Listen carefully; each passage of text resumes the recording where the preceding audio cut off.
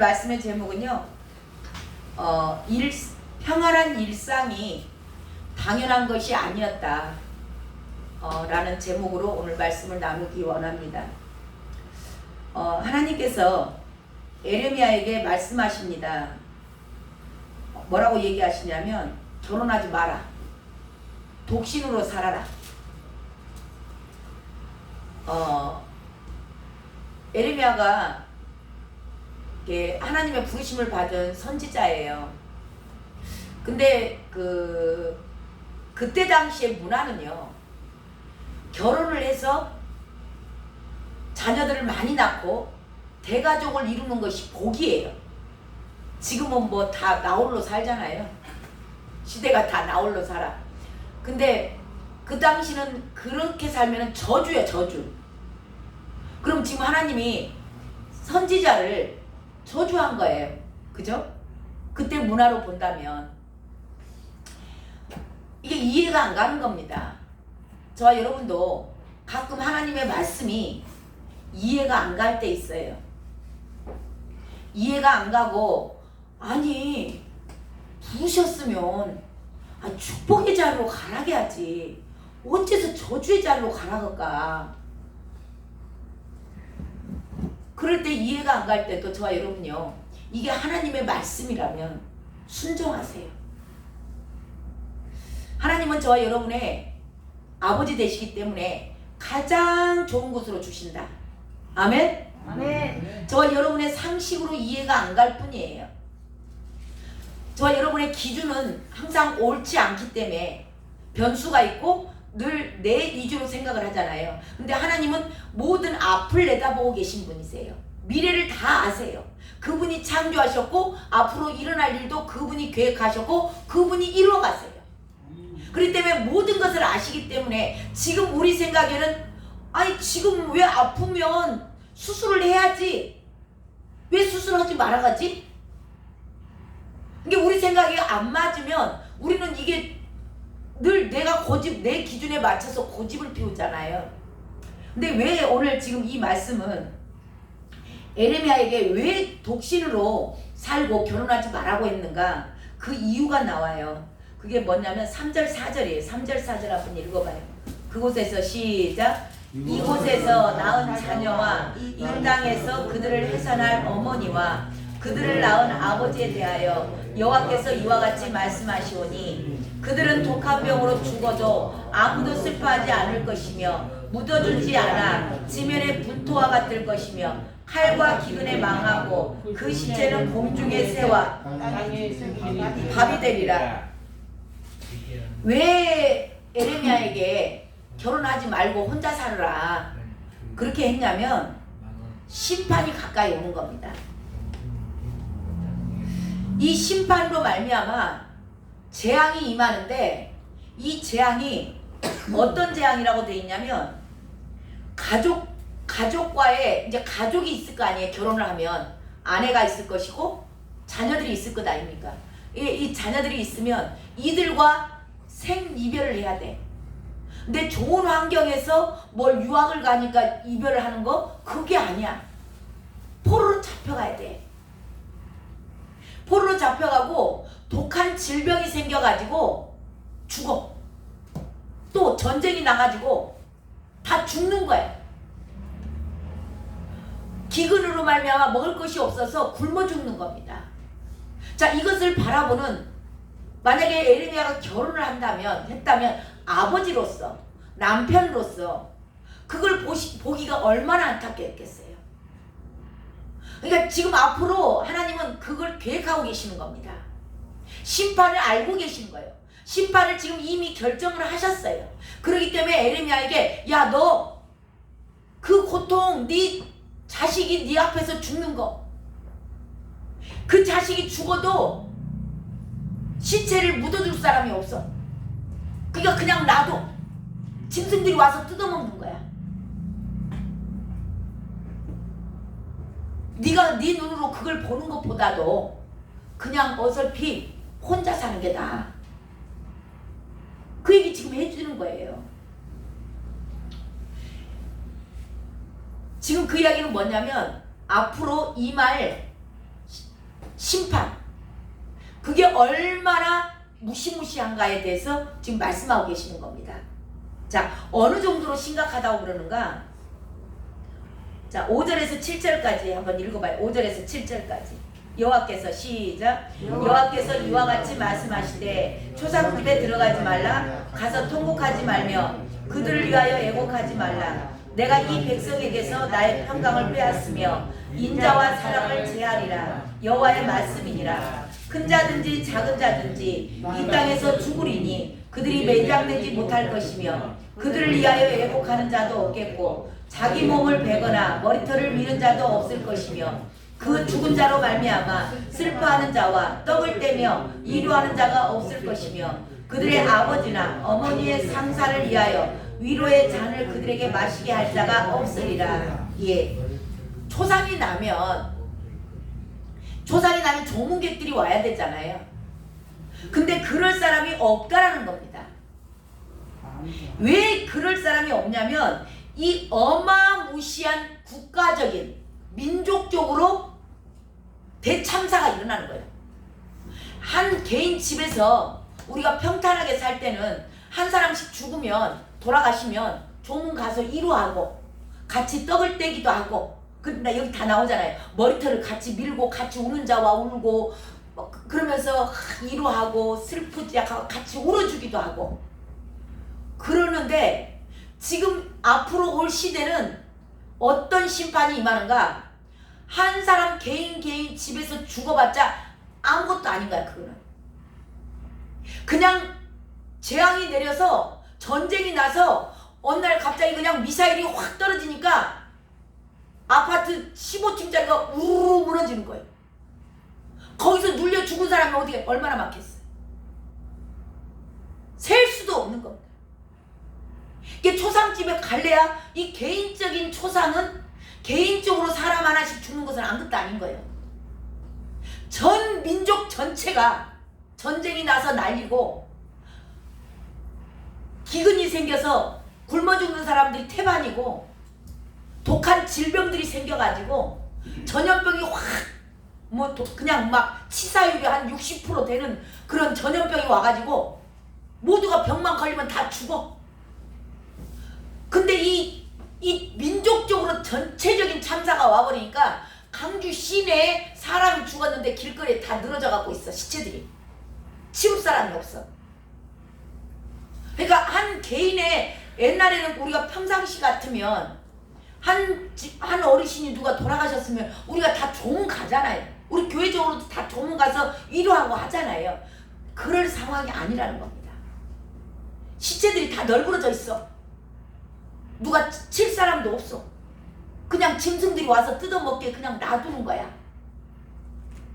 건물 자체가 그냥 우르르 쏟아져서 지진이 확 나가지고 그냥 다 쓰러져 갖고 있는데 그놈 파낼 사람도 없어. 손으로 긁어내는, 보셨죠? 포크레인도 동원이 안 돼서 그 시신을 찾으려고 막 손으로 대지진 났을 때 이런 국가적으로 대참사가 일어난다. 초상집에 갈 수도 없고 뭐 개인적인 그런 것은 그냥 아무것도 아닌 거예요. 지금 개인 한 사람 죽는 것은 그냥 막 수억 명씩 막 지난번에 그 시리아 그 얼마나 많은 사람들이 한꺼번에 다 막 죽었잖아요. 그런 일이 일어난다. 이게 일상적인 삶이 지금 이거 뭔 얘기냐면, 일상적으로 우리가 평범하게 지금 이 시대 살면서 사람 한 분, 누구 어르신 한 분 죽어서 어머니 돌아가셔서 아버지 돌아가셔서 옆에서 우리 성도들이 가서 이문 가고 이런 일상생활이 없어진다는 거예요. 그것이 꿈 같은 일이 되는 겁니다. 근데 이게 초상집뿐만이 아니고 잔치집도 못 간다. 그래, 잔치집도 그 얘기 하는 거예요. 8절 9절 읽어봐요. 시작. 너는 잔치집에 들어가서 그들과 함께 앉아 먹거나 마시지 말라. 만군의 여호와 이스라엘의 하나님께서 이와 같이 말씀하시니라. 보라, 기뻐하는 소리와 즐거워하는 소리와 신랑의 소리와 신부의 소리를 내가 내 목전 내 시대에서 이곳에서 끊어지게 하리라. 예.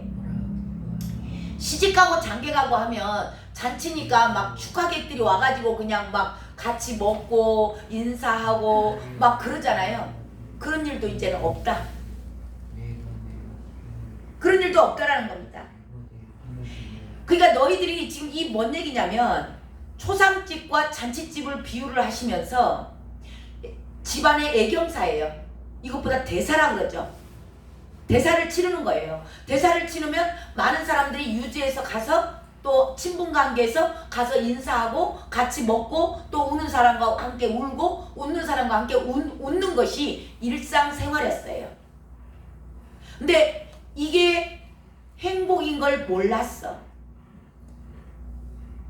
이때 감사를 모르고 살았던 그 일상생활이 이제는 다 사라지는 때가 온다. 그때가 좋았구나.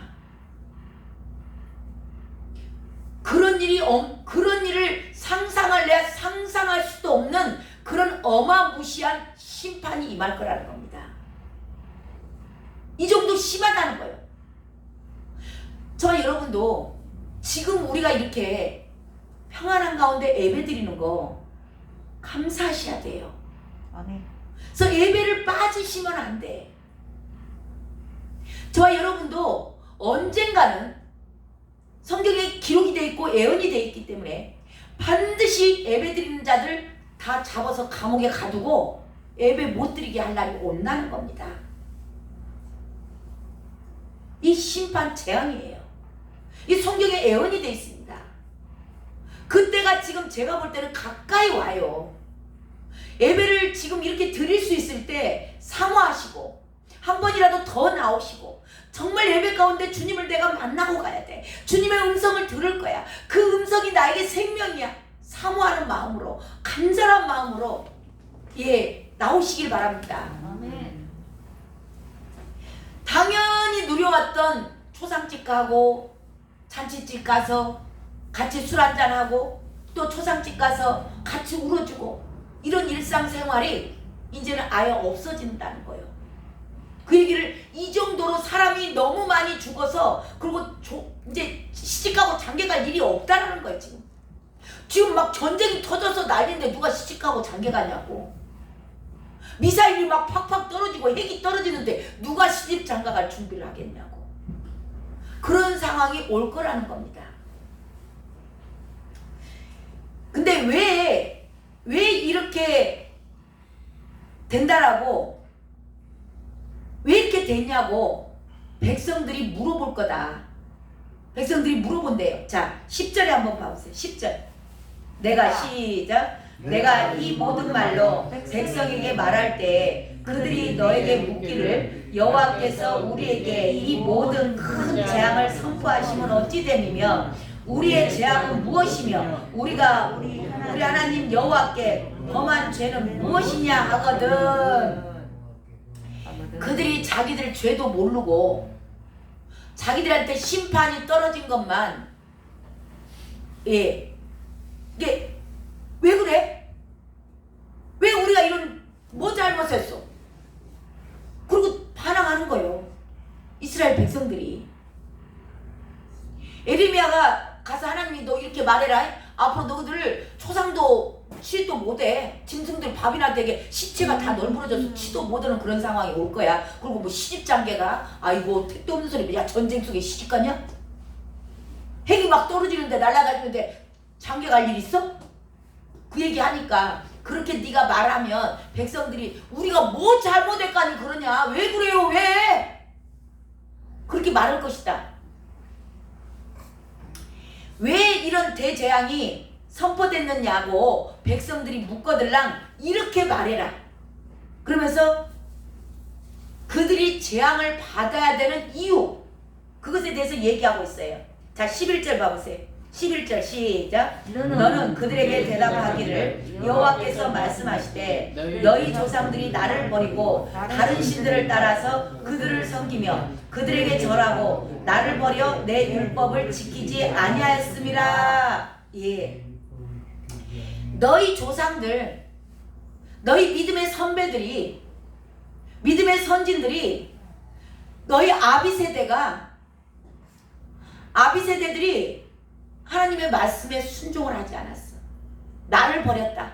생수의 근원 대신 생수 우물물에서 생수가 솟아나려면 그 샘을 파면은 샘에서 물이 계속 솟아나야 되잖아요. 그게 하나님인데, 그 생수가 솟아나는 것이 하나님인데 이 하나님 생수의 근원된 하나님을 버렸다는 겁니다. 이야기는 뭐냐면 말씀을 주었는데 말씀대로 살지 않아. 순종하지 않아.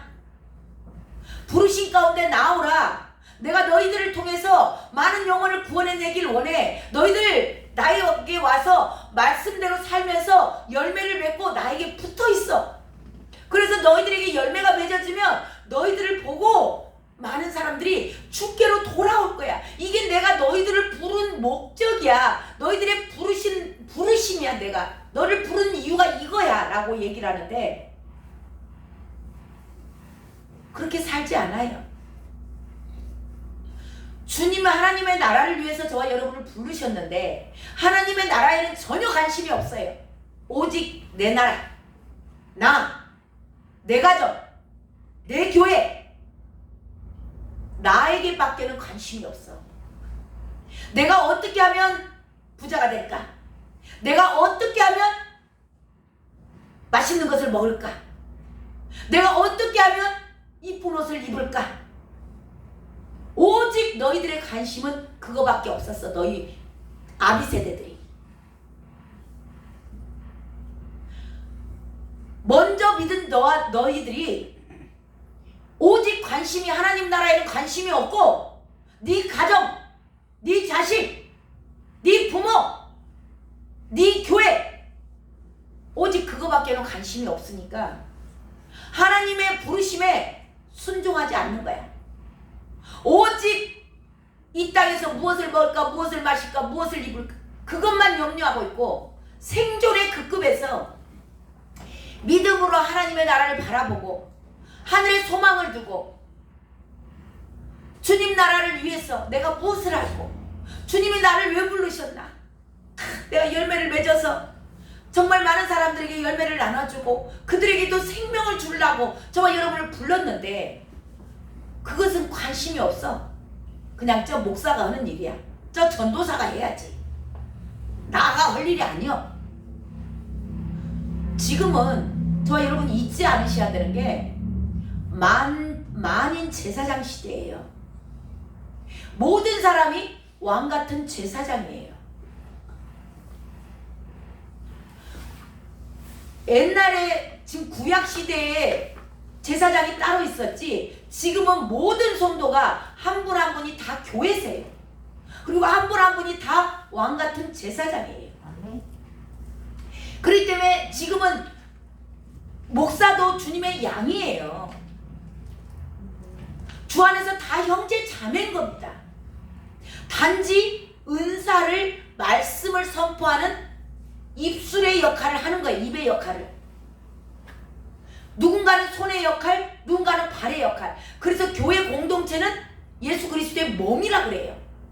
그래서 이 몸을 이뤄내기 위해서 입 역할을 하는 사람, 목사는 입 역할을 해요. 자, 누군가는 눈 역할을 해야 되겠죠. 누군가는 손 역할을 해. 손으로 뭐든지 만들어서 쓸고 청소하고 또 발로 돌아다니면서 전도도 하고 그러면서 다 각자 은사가 다른 거예요.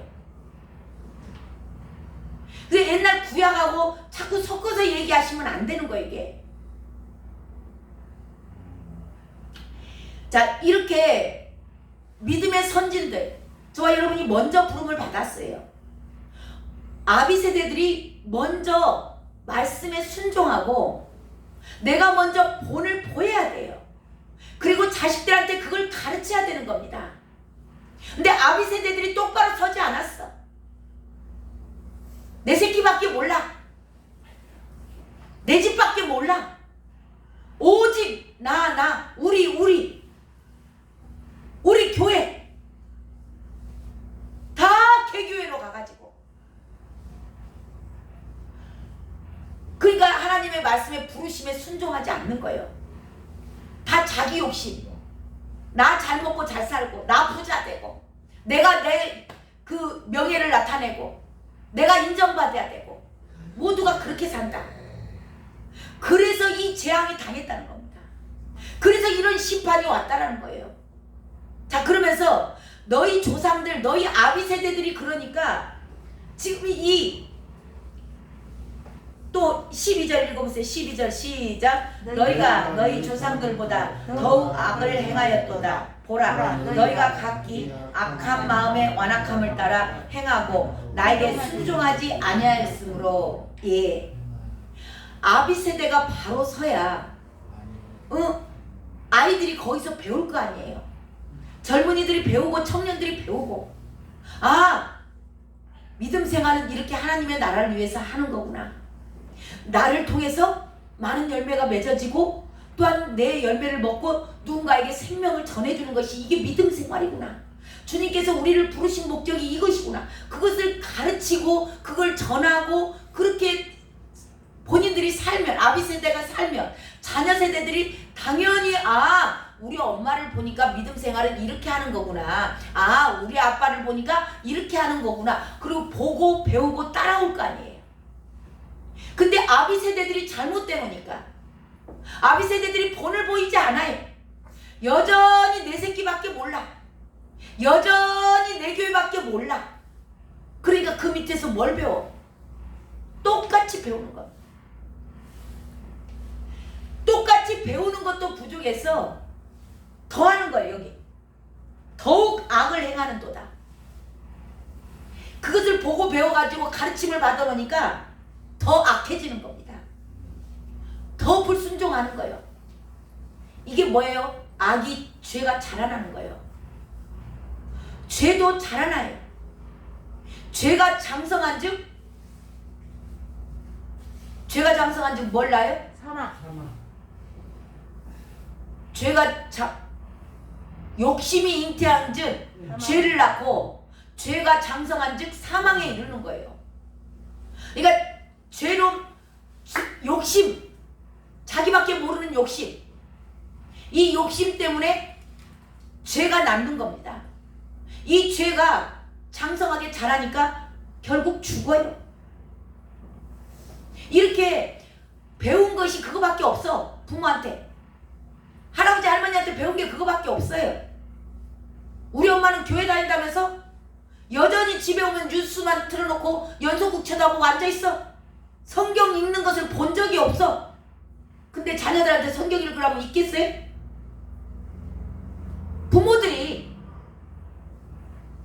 먼저 본을 보이고 성경을 읽고 늘 설거지하면서도 찬양하고 뭘 하든지 찬양하고 그렇게 본인들이 먼저 본을 보였으면 자녀들이 당연히 우리 엄마는 그냥 찬송가 부를 때 제일 신나네. 근데 그냥 노래방 가고는 신나게 비 내리는 호남선인가 아무튼 노래방 가서는 신나게 잘 노는데 찬송가 부른 적을 한 번도 본 적이 없어. 집에서. 그런 자녀들에게 믿음 생활을 뭘 부모가 보여줬냐. 그러니까 이 자녀들이 더 악해지는 거예요. 장성하게 자라나는 거예요. 죄가. 그래서 이게 자라나니까 여기 나오잖아요. 너희가 각기 악한 마음으로 안악함을 따라 행하고 나에게 순종하지 않는다. 절대 하나님 말 더 딱딱해지는, 금강석 철필로 새겨졌다 그래요.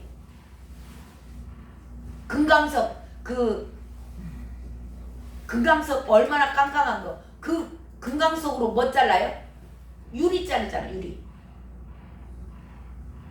금강석으로 유리를 잘라. 유리 자르는 칼이 금강석이에요. 그만큼 단단하다는 겁니다.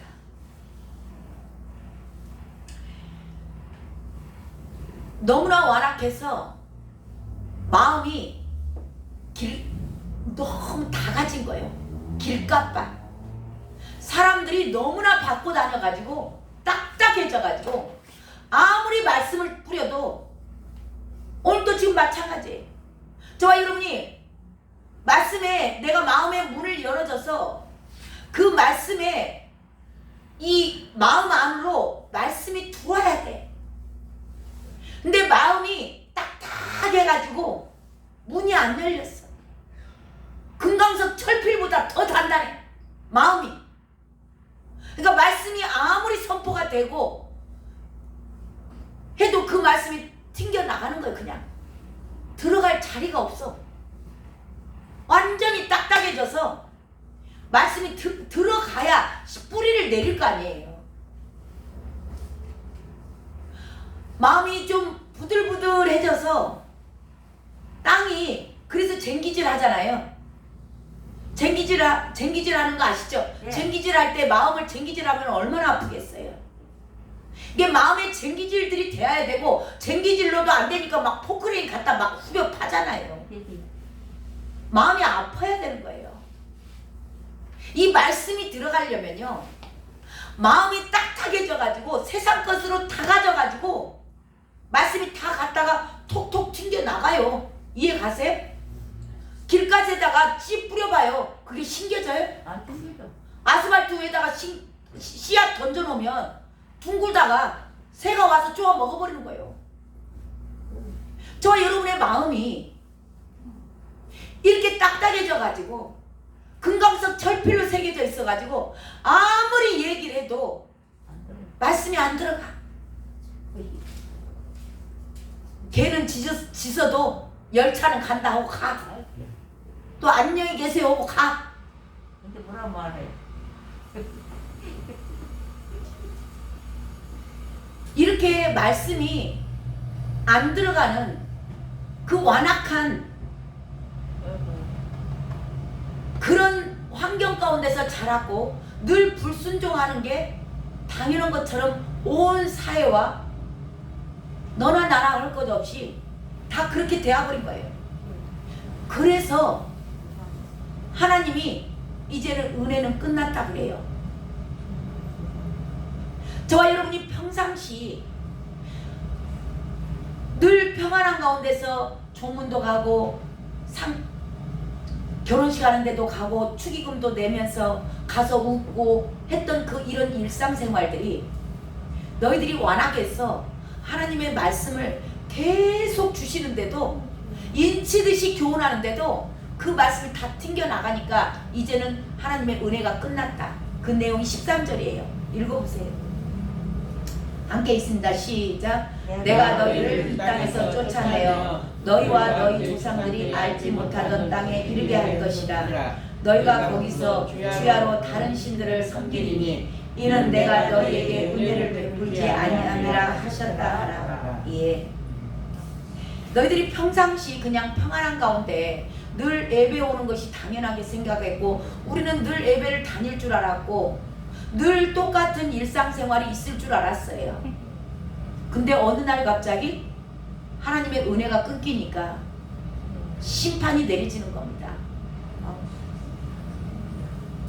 그러니까 그렇게 늘 있을 줄 알았던 평안한 생활, 늘 내가 교회에 갈 수 있었고 늘 언제든지 가서 기도할 수 있었던 그런 상황들을 감사도 모르고 그 말씀이 늘 뿌려질 때 그 말씀이 너무나 사모하고 너무나 감사해서 그래 내가 이 말씀대로 살아야지.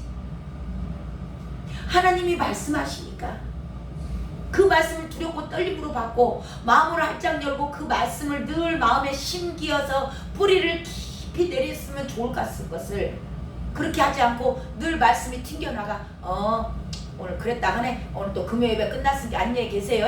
주일날 또 만납시다. 그러고 가는 거예요. 삶과 예배 자리 여기 나와서 예배하는 그런 모습과는 전혀 다른 겁니다. 말씀이 저와 여러분의 삶에서 능력이 안 돼. 아무리 얘기해봐야 도로 남이 더 악해져. 계속 튕겨나가니까. 그러니까 하나님께서 너희들을 이 땅에서 쫓아내겠다. 너희들이 그 평안한 삶 이제는 끝이야. 너희들이 늘 초상집에도 가고 결혼식도 가서 늘 재밌게 살고 가서 울어주기도 했던 그 평안했던 삶, 거기에서 너희들 쫓아낼 거야. 이 땅에서 너희 조상들도 알지 못하는 그런 땅으로 너희들이 이제는 난민이 될 거야. 다른 나라로 쫓겨난다는 겁니다. 왜냐하면 하나님께서 아무리 말을 해도 너희들은 말을 받지도 않고 심기지도 않고 그 말씀대로 살려가지도 않고 하니까 이제는 더 이상의 은혜는 끊겠다. 그 얘기하는 거예요 지금. 그래서 너희들에게 그런 어마무시한 재앙이 너희들에게 온 거야. 이게 저와 여러분 그냥 들으시면 안 돼요. 이거는요 소설책이 아니에요. 없는 얘기를 지어내서 하는 게 아닌 겁니다. 성경은요 팩트예요. 사실입니다. 이스라엘이 남유다가 지금 에레미야가 남유다 멸망하기 전에 계속 하나님의 말씀 갖다 지금 선포하는 내용이에요. 그래서 실질적으로 언제 망해요? 주님 오시기 전에 586년에 남유다가 망합니다.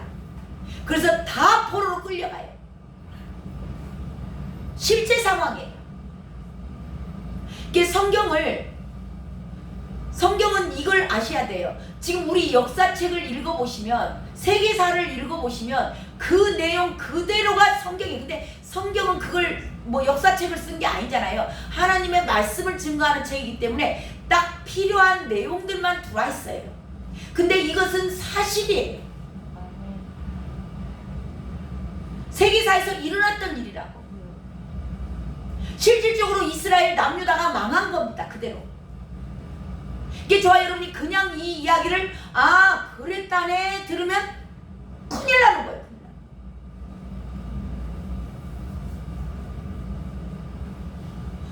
지어낸 소설로 생각하시면 큰일 난다니까요.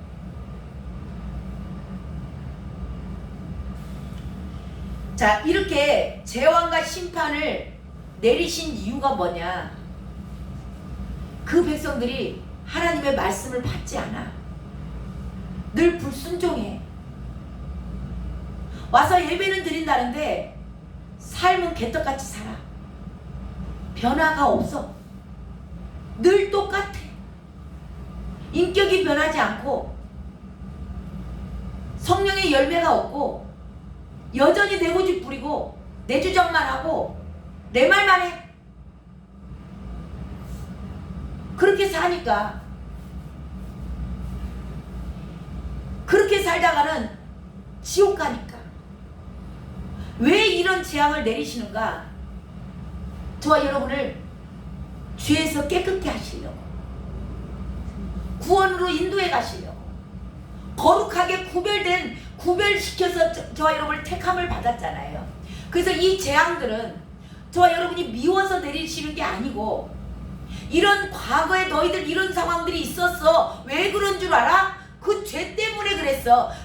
생수의 근원된 나를 버려서 그래. 이걸 보면서 저와 여러분에게 깨달으라는 겁니다. 깨달으라. 그래서 성경에 기록해 놓으신 거예요. 이것을 그냥 장난으로 어린아이들 장난한 것처럼 그냥 소설책 읽은 것처럼 읽으라고 하신 말씀이 아니에요. 저와 여러분의 삶 가운데 말씀을 아무리 줘도 그 말씀이 그냥 심겨지지 않고 툭툭 튕겨나가. 그냥 새들이 다, 마귀들이 와서 다 쪼아 먹어버려. 도로 또 너로 도로 타 나비 타 도로 나비하고 타버려. 항상 자라나지 않고 똑같은 죄를 반복하는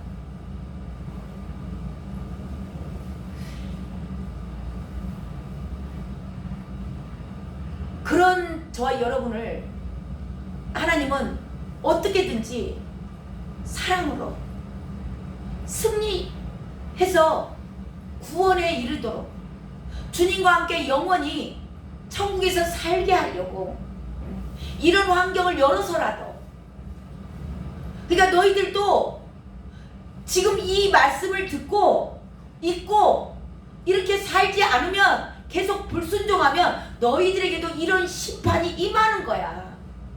그 얘기를 하고 계시는 거예요. 왜 기록해 놓으셨다고요? 너희들은 그러지 말라는 거예요. 너희 조상들이 이렇게 해서 다 망했어. 그러니까 너희들은 제발 그러지 마. 너희들은 구별된 자들이니까 구별된 대로 살아. 하나님의 말씀대로 살아. 제발 불순종하지 말고. 하나님의 심판이 얼마나 무서운지 아니? 시체가 다 너러분절해서 시체 치울 시간도 없고 사람도 없어서 짐승들이 와서 다 뜯어먹는 그런 심판이 임한다고. 너희들이 내 말씀대로 살지 않으니까 나를 버림으로 말미암아 말씀을 버려. 늘 내가 기준이야. 부르심으로 나가지 않아. 자, 그 내용이 그러면서 결론이 그래요.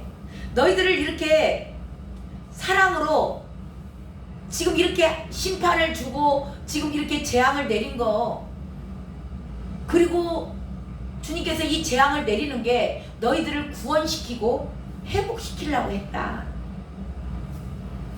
그 내용이 오늘 나오는 거예요. 자, 14절 읽어보세요. 14절 시작. 여호와의 말씀이니라. 그러나 보라, 날이 이르리니 다시는 이스라엘 자손을 애굽 땅에서 인도하여 내신 여호와께서 살아계심을 두고 맹세하지 아니하고. 예. 이 이야기는 뭐냐면 모세 때 출애굽을 시켰잖아요. 출애굽 시켜가지고 애굽에서 세상에서 빼냈잖아요. 근데 모세가 광야에서 40년 지나고 그리고 계속 가면서 이 구약 내용은 이게 지금 구약 내용인 거예요.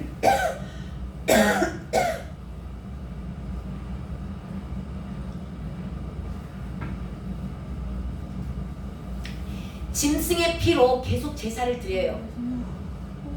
죄 지면은 계속 짐승의 피로 제사를 드리는데 또로 굴고 또로 굴고 또로 그래요. 그래서 결국 다 망하는 거예요. 말라기에서 망하고 이제 암흑기로 들어가는 겁니다. 그러니까 이 짐승의 피로 제사는 지내는데 모세에게 말씀했잖아요. 율법으로 너희들 죄를 지으면 대제사장이 대표로 해서 그 1년에 한 번씩 속죄예물을 올리고 짐승의 피를 잡아서 거기다가 안수해서 제사 지내라. 근데 이 짐승의 피로 아무리 제사를 지내도 또 하고 또 하고 또 짓고 또 짓고 또 짓고 하는 거예요. 더 완악해지는 겁니다. 그래서 이게 구약 전체의 내용이에요. 이게 짐승의 피로는 구원에 이뤄요? 못 이루어요? 못 이루는 겁니다. 지금 그 얘기하는 거예요. 지금 회복을 시키시려는 하나님의 과정인데 이 구약의 짐승의 피로는 안 돼. 너희가 결국 누가 오셔야 되는 거예요? 암흑기를 지나서 예수 그리스도가 오셔야 되는 겁니다. 예수님의 피로만이, 예수 그리스도의 십자가에서 흘리신 그 보혈만이 저와 여러분을 완전한 구원으로 이끌어 가실 수 있다. 그 내용이 15절이에요. 15절 시작. 이스라엘 자손을 북방 땅과 그 쫓겨났던 모든 나라에서 인도하여 내신 여호와께서 살아계심을 두고 맹세하리라. 내가 그들을 그들의 조상들에게 준 그들의 땅으로 인도하여 드리리라. 아멘. 예. 짐승의 피로 구약시대에 아무리 제사를 드렸어도 또 반복하고 또 반복하고 또 반복하고.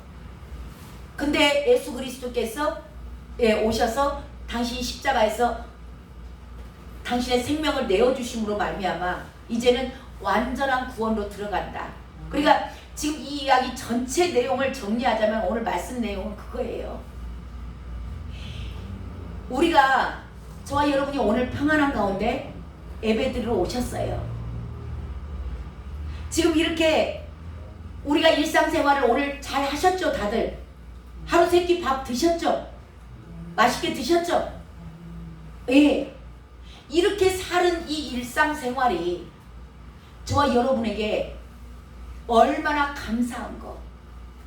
이게 하나님께서 은총을 내려주셨고 저와 여러분에게 은혜를 내려주셨기 때문에 이렇게 살 때 저와 여러분이 제발 하나님의 말씀에 순종하라는 거예요. 이렇게 평안하게 사는 것이 늘 당연한 줄 알았어. 근데 어느 날 갑자기 하나님께서 은혜를 끊어버리니까 아무리 말씀을 줘도 순종 안 하고 불순종하니까 어느 날 하나님께서 마지막 반드시 심판이 있다는 겁니다. 언제까지 참지 않으신다는 거예요. 그러니까 이게 계속될 거라고 안이한 자세로 살아서는 안 된다는 겁니다. 저와 여러분은 오늘 하루 정말 예배당에 이렇게 주님 만나러 오신 거 잘하셨어요. 근데 이것이 늘 있는 게 아니라는 겁니다. 저와 여러분이 이 말씀, 오늘 선포되는 말씀이 정말 하나님의 말씀이구나. 아, 우리에게도 정말 예배 못 드릴 날이, 이제는 전도하다가 잡혀갈 날이 있겠구나. 그럴 날이 있다라고 얘기하시는 거예요. 흑암이 악이 간영하게 차면 그때가 돌아온다. 그래서 오늘 저와 여러분이 이렇게 평안한 가운데 예배 드릴 수 있을 때 말씀에 순종하고 그 말씀에 따라 살고 그런 얘기 하시는 거예요. 감사하고 하나님의 은혜였구나. 그러니까 정말 이 누릴 때 일상생활에 평안한 가운데 이게 감사한